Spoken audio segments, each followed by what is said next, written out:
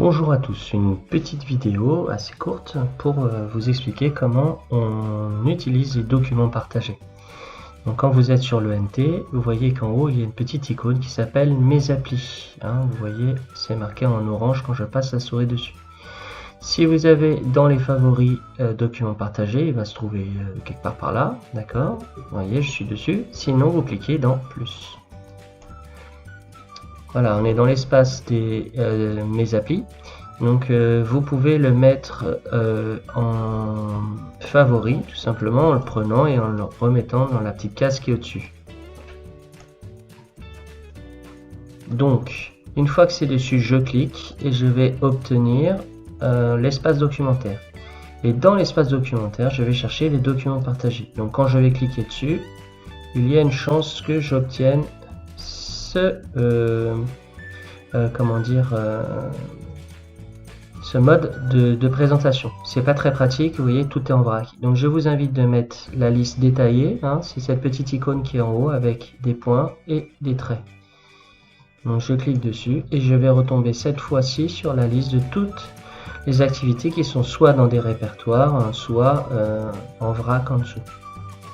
Important, je vais avoir les titres, les propriétaires, c'est-à-dire les professeurs ou le chef d'établissement qui va être noté ici, et la date de la dernière modification. C'est très important puisque c'est là que vous allez pouvoir voir les derniers ajouts.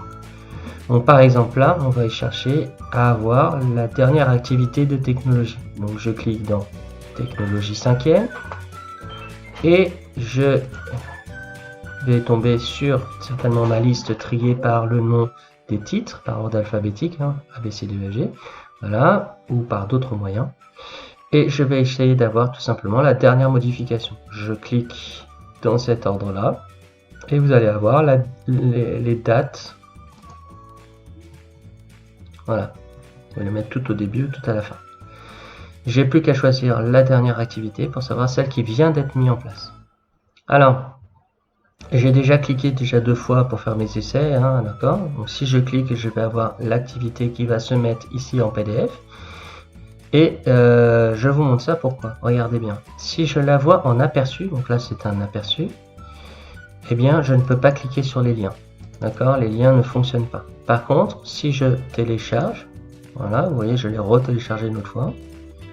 Eh bien, quand je vais l'ouvrir, j'ai accès au lien de l'activité. Je peux cliquer dessus si j'en ai besoin. Hop, là je clique, hop, je tombe sur une vidéo TED. D'accord?